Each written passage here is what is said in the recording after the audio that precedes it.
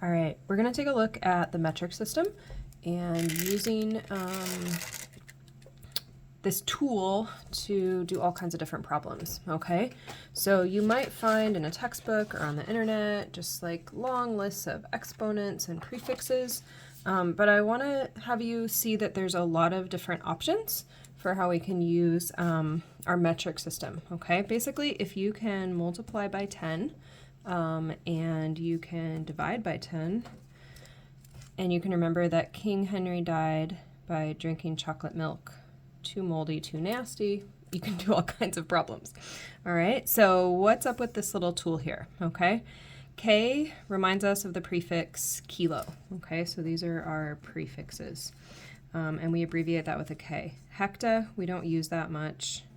Deca. Base units are going to be units that don't have a prefix on them, okay? So 3 of the most common ones that we'll use are gram, which we use a G for, liter, capital L, and meter, M. And so that middle there is our base units, all right? And then more prefixes, deci, centi, milli. There's 2 spots here where we don't use prefixes regularly. And then micro is a Greek letter mu, and then nano, n. All right, so these are our prefixes. And the important thing we want to know in terms of a pattern is every time we move through to the right, we are multiplying by 10. All right, so we're multiplying by 10. Every time we move to the left, we're dividing by 10. Okay, so again, if you can know these prefixes and know how to multiply by 10, which you all can do, you can work really well with this. Little tip here, if I go from milli to micro, these 2 little dots, this 2 tells me milli times 10 times 10 times 10. So this is as if there's little placeholders there. Another just final conceptual thing to think about is that 1 kilogram is a huge amount of weight, okay? So that would be like 2 pounds of something. And then over here, 1 nanogram, super, super tiny. We can't even wrap our brains around how small a nanogram is, okay? So when we talk about kilos and things at this end of the spectrum, they're bigger. When we talk down here, they're so small we can't even see them. So I'm going to show you 3 different ways to work with this powers of 10, but before that I want to just give you a couple of notes, okay? So when we work with these powers of 10, there's different ways to work with them, but it's good to have all of these skills, okay? It's good to have the skill of sliding decimals. When we multiply by 10, that means we're sliding decimals to the right. When we divide by 10, we're sliding decimals to the left, so we want to have that skill. We also want to still have the skill of doing ratios. We also still want to use our skills that we've learned of exponents, okay? So using these prefixes, let's look at one way to use them.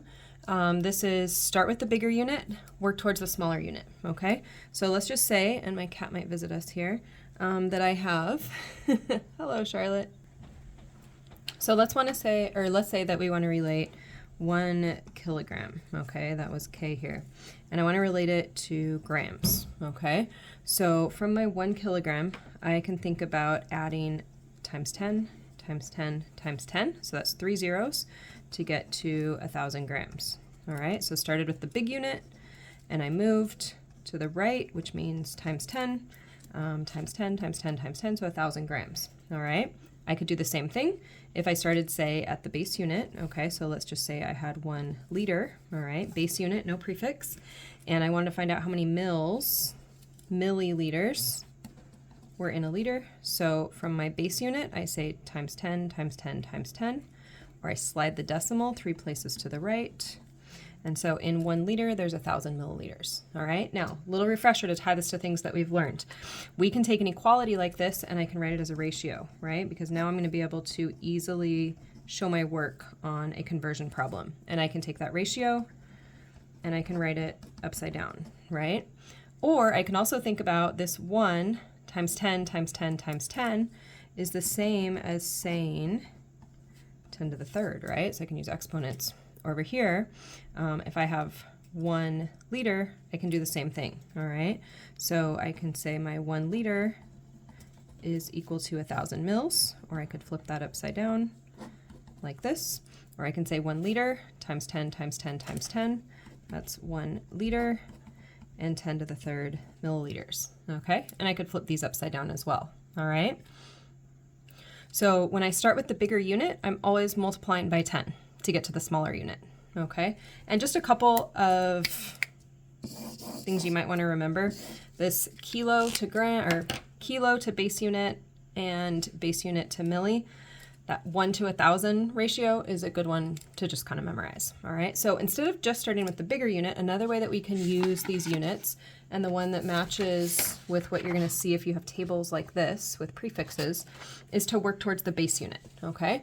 So similar idea, let's start with kilo, and let's say we wanna work towards the base. So if we're going to the right, like we said at the very beginning, we're multiplying by 10, okay? So going to the right, if I have 1, let's say kilogram, okay, times 10, times 10, times 10. So that means that 1 kilogram is equal to 10 to the third grams, okay? So same as what we did above. But now we can work towards the base unit from the other direction. Say I have milli, and I want to relate it to the base unit, okay? So now sliding left, that's divided by 10, all right? So if I have 1 milligram, that's going to be divide by 10, divide by 10, divide by 10. So I divide by 10 3 times, and that means I've got 10 to the negative 3, because that means I'm dividing by 10, sliding left, 10 to the negative 3 grams, okay? I can do this too with bigger units, so, or bigger exponents, I guess. So let's say I want to go from nano back to base. So let's say we have 1 nanometer, that's a unit that we use when we measure the wavelength of light, and I want to go back to base. Okay, I'm going left, so that means divide by 10. So now I count my way, and these little dots count as division points. So 1, 2, 3, 4, 5, 6, 7, 8, 9. I'm dividing by 9, or sorry, dividing by 10 9 times to get to the base. So that means, if I can make this a little neater, 1 nanometer is equal to 10 to the negative 9th meters, because I divided by 10 9 times, all right? And I can take those and I could turn them into ratios like I did up here, right? Now, once you can do that, okay, you're not locked into that, so we can start with the bigger unit and always just multiply by 10. We can work towards the base unit like you'll see in a lot of textbooks, okay? Multiply by 10, divide by 10, or you can literally work from any unit you want to any other unit you want. It's all just powers of 10, right? So let's say I want to go from kilometers all the way to centimeters, okay? So I could say 1 kilometer, and then if I'm going to the right, I could say times 10, times 10, times 10, times 10, times 10. So that was 10 to the 5th. 1 kilometer is 10 to the 5th centimeters. Or I could do the opposite, start at centimeters, and I could say 1 centimeter, okay, start here, divide by 10, 1, 2, 3, 4, 5 times, so 10 to the negative 5th kilometers, all right? And stop and think about this. 1 kilometer is like a pretty good distance, right? Walk half a mile. And so that's going to be a lot of centimeters. Should make sense. 1 centimeter, not very much distance, and so it's going to be a tiny, tiny fraction of a kilometer, right? This is the same as 0.0001 kilometers, so it's not very far at all. So that makes sense. Always be checking your work, all right? And then here's one more. Say I want to go between milli and nano. Well, that's not in your textbook anywhere. If I go from milli to nano, so I start with 1 millimeter, and I go to the right, multiply by 10. So 1, 2, 3, 4, 5, 6.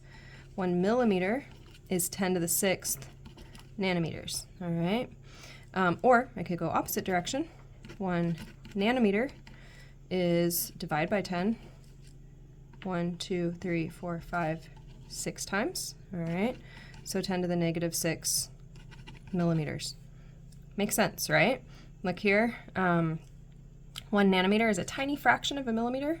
1 millimeter is a whole bunch of nanometers, and do you notice it's just a difference in sign, right? If I'm multiplying by 10, we have the positive exponent. If I'm dividing by 10, I have the negative exponent. So that gives you some ideas. Memorize the prefixes. This goes on the top of my paper always. King Henry died by drinking chocolate milk. 2 for those 2 spots. Moldy. Moldy, M-O, tells me that's micro. 2, nasty. All right. Once I have those, I can take any base unit. Say you see something new like a watt, okay, or a byte of data. You can take any of these prefixes and you can suddenly have kilobytes of, say, data in your phone. But any base unit, multiply by 10, divide by 10. If we move right, we multiply by 10. If we move left, we divide by 10.